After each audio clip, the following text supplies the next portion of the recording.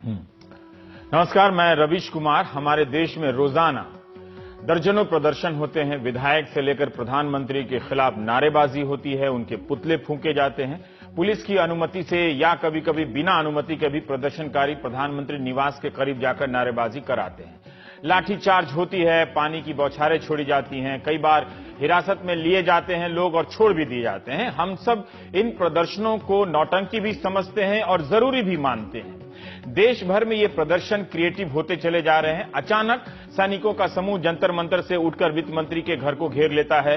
कभी प्रदर्शनकारी जिनका विरोध करते हैं उनके घर जाकर गुलाब का फूल तक दे आते हैं। बल्कि यही हो रहा है। पहले शहरों के हड़ताली चौक तक धरना प्रदर्शन सीमित हुआ करते थे, लेकिन अब तो मंत्रियों के घर के सामने प्रदर्शन होने लगे हैं। लेकिन क्या आपने कभी सुना है कि इन प्रदर्शनकारियों को शहर से निकाल दिया गया, इन्हें उस शहर से 7 महीने के लिए निलंबित कर दिया गया? इन प्रदर्शनकारियों को अगले 1 साल तक के लिए प्रधानमंत्री या मुख्यमंत्री निवास के आसपास जाने से मना कर दिया गया।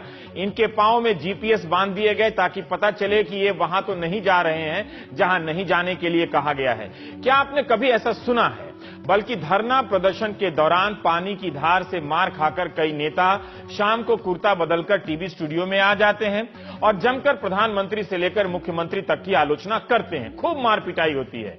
इन्हीं टीवी स्टूडियो वाले भी अपने स्टूडियो से इन्हें नहीं निकालते हैं कि आप प्रदर्शनकारी हैं, चले जाइए 6 महीने के लिए बाहर, आप विरोध कर रहे हैं। लेकिन कुछ तो दिमाग लगाएंगे हम और आप और सोचेंगे कि आखिर क्या बात है कि जब विश्वविद्यालय में कोई राजनीतिक गतिविधि होती है, कोई फिल्म दिखाई जाती है या मारपीट ही हो जाती है, कोई सवाल कर देता है, तो किस तर्क से छात्रों को हॉस्टल से, लाइब्रेरी से, कैंपस से या फिर विश्वविद्यालय से ही कई महीनों के लिए या हमेशा के लिए निकाल दिया जाता है? ऐसा क्यों है? क्या ये दादागिरी या सामंतगिरी नहीं है कि मारपीट हो जाने या सेमिनार करने से रोकने के लिए छात्रों को 7 महीने के लिए कैंपस से निलंबित कर दिया जाए? दूसरा बड़ा सवाल यह है कि आधुनिक समाज और समय का दावा करने वाले हम और आप क्या ये अपनी आंख से देख पाते हैं कि हमारी संस्थाएं आधुनिक हैं भी या नहीं? उनकी सजाएं सामंतवादी और जातिवादी सोच से क्यों मिलती जुलती हैं? गांव से निकाल देना, कुएं से पानी नहीं पीने देना, मंदिर में घुसने से रोक देना और हॉस्टल से निकाल देना, लाइब्रेरी में नहीं जाने देना, कैंपस में नहीं आने देना, ये सजा है या सजा के नाम पर उसी मानसिकता की निरंतरता? हम हैदराबाद यूनिवर्सिटी के एक दलित छात्र की आत्महत्या की बात कर रहे हैं। जरूरी है कि हम ये जान लें कि पहले हुआ क्या था। अंबेडकर स्टूडेंट्स एसोसिएशन के छात्र नकुल सिंह साहनी की एक फिल्म है मुजफ्फरनगर बाकी है के दिखाए जाने का समर्थन कर रहे थे। ये फिल्म दिल्ली विश्वविद्यालय में दिखाई जानी थी पिछले साल, जहां एबीवीपी ने विरोध किया। जैसे इस बार राम पर सेमिनार हो रहा था तो एनएसयूआई वालों ने विरोध किया। फिल्म दिखाने के समर्थन में अंबेडकर स्टूडेंट्स एसोसिएशन के छात्रों ने हैदराबाद यूनिवर्सिटी में विरोध प्रदर्शन किया। इस कारण एबीवीपी के नेता वहां के फेसबुक पर इन छात्रों को गुंडा लिख दिया उन्होंने। बाद में एबीवीपी के नेता ने विश्वविद्यालय के सुरक्षा अधिकारियों के सामने लिखित रूप से उनसे माफी मांग ली, मगर अगले ही दिन एबीवीपी के नेता सुशील कुमार ने आरोप लगाया कि अंबेडकर स्टूडेंट्स एसोसिएशन के 30 छात्रों ने उन्हें घेरकर मारा पीटा है और वे अस्पताल में भर्ती हैं। यह मामला अगस्त 2015 का है। इन आरोपों की जांच के लिए प्रोक्टोरियल बोर्ड बैठा, जिसने पाया कि सुशील कुमार के पीटे जाने का कोई प्रमाण नहीं है। मौके पर पहुंचने वाले सुरक्षा गार्ड ने भी मारपीट की कोई बात नहीं कही है, लेकिन वहां उन्होंने भीड़ देखी थी। सबूत नहीं मिला, फिर भी अंतिम रिपोर्ट में बोर्ड ने 5 दलित छात्रों को 1 सेमेस्टर के लिए निलंबित करने का फैसला सुना दिया।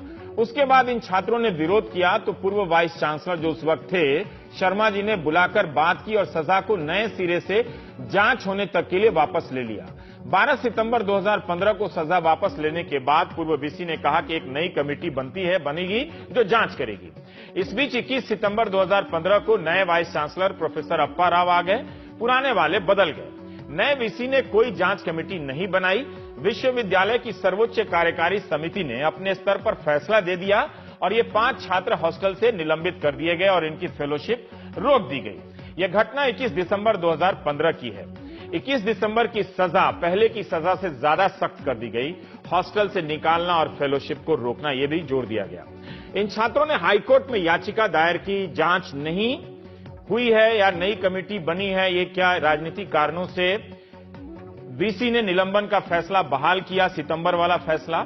यह भी आरोप है कि बीजेपी की एमएलसी हैं, बीजेपी के एक एमएलसी हैं, उन्होंने पूर्व वीसी आरपी शर्मा को मिलकर मुलाकात की इस मामले में, जिसके कारण पहली बार पेट्रोलियम बोर्ड की अंतिम रिपोर्ट में इन्हें दोषी ठहराया गया, जबकि प्राथमिक रिपोर्ट में कोई सबूत नहीं मिला था। बीजेपी सांसद और मौजूदा केंद्रीय श्रम मंत्री बंडारू दत्तात्रेय ने 17 अगस्त 2015 को मानव संसाधन मंत्री को एक पत्र लिख दिया। विश्वविद्यालय की घटना पर केंद्रीय मंत्री ने जो लिखा उसका सार इस तरह है कि पिछले कुछ दिनों से हैदराबाद यूनिवर्सिटी जातिवादी, अतिवादी और राष्ट्र विरोधी राजनीति का गढ़ बन गया है। जब याकूब मेमन को फांसी दी गई थी तो एक प्रमुख छात्र संगठन अंबेडकर स्टूडेंट्स एसोसिएशन ने फांसी के खिलाफ मार्च निकाला। जब एबीवीपी के नेता ने इसका विरोध किया तो उनके साथ मारपीट हुई और नतीजे में उन्हें अस्पताल में भर्ती कराया गया। दुखद बात है कि विश्वविद्यालय प्रशासन ऐसी चीजों को चुपचाप देखता रहा। मेरे लिखने का उद्देश्य यह है कि मैं हैदराबाद यूनिवर्सिटी में जो हो रहा है उससे आपको अवगत कराऊं। मुझे पूरी उम्मीद है कि आपके नेतृत्व में कैंपस में जो चीजें हो रही हैं उनके बेहतरी के लिए बदलेगी। छात्रों का कहना है कि इन राजनीतिक दबावों के कारण मारपीट और चोट के सबूत न होने के बाद भी उन्हें दोषी ठहराया गया और निलंबित किया गया। 10 दिनों से ये छात्र हॉस्टल के बाहर प्रदर्शन कर रहे थे अपने निलंबन वापस लिए जाने की मांग को लेकर। किसी ने उनसे बात करने का प्रयास किया या नहीं, अब यह जांच का विषय है। यह भी बात जांच होनी चाहिए कि विश्वविद्यालय के शिक्षकों ने इन छात्रों का साथ दिया या नहीं। यह भी जांच होनी चाहिए कि विश्वविद्यालय के दलित शिक्षकों ने, अधिकारियों ने क्या किया, क्या उन्होंने इनका साथ दिया या वे भी चुप रहे सिर्फ इसलिए कि वीसी की सत्ता को विश्वविद्यालय के शिक्षक चुनौती नहीं दे सकते। 28 साल की उम्र थी रोहित वेमुला की। रोहित उन 5 छात्रों में से एक था जिन्हें हॉस्टल से निलंबित किया गया, जिसकी फेलोशिप 7 महीने से रोक दी गई थी। रोहित की मां दर्जी का काम करती हैं, गांव में आप जानते ही होंगे, अंदाजा लगा सकते हैं कि कितना कमा पाती होंगी। और उसका परिवार गुंटूर के गांव का रहने वाला है। बेहद गरीब परिवार से आने वाला छात्र रोहित पढ़ने लिखने में काफी अच्छा बताया गया है। रोहित ने रविवार को आत्महत्या कर ली। उसने हमारे आपके लिए एक पत्र लिखा है। इस पत्र को हम और आप कई तरह से पढ़ सकते हैं, पढ़ेंगे ही, लेकिन जरा सोचिए, अगस्त 2015 का मामला क्या 18 जनवरी 2016 तक नहीं सुलझाया जा सकता था? क्या ये ऐसा मामला था? जाहिर है इस मामले में राजनीति हुई होगी और हो भी रही है। अगर विश्वविद्यालय ईमानदार प्रयास करता तो दोनों गुटों में सुलह करा सकता था। कम से कम मुजफ्फरनगर बाकी है वो दिखा सकता था। सरकार पारदर्शिता और लोकतंत्र में यकीन करती है तो उसे सरकारी चैनलों से भी दिखा सकती थी। जिस विश्वविद्यालय से ऐसे मामले नहीं सुलझ सकते, रोहित की खुदकुशी उसकी प्रशासनिक क्षमता और नीयत पर भी सवाल करती है।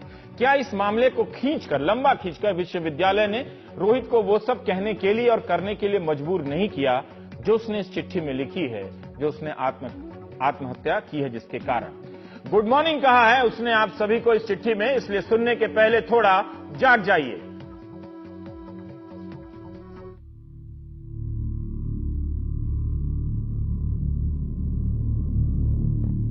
Good morning. जब आप इस पत्र को पढ़ रहे होंगे तब मैं आपके पास नहीं रहूंगा। मुझ पर गुस्सा मत होना।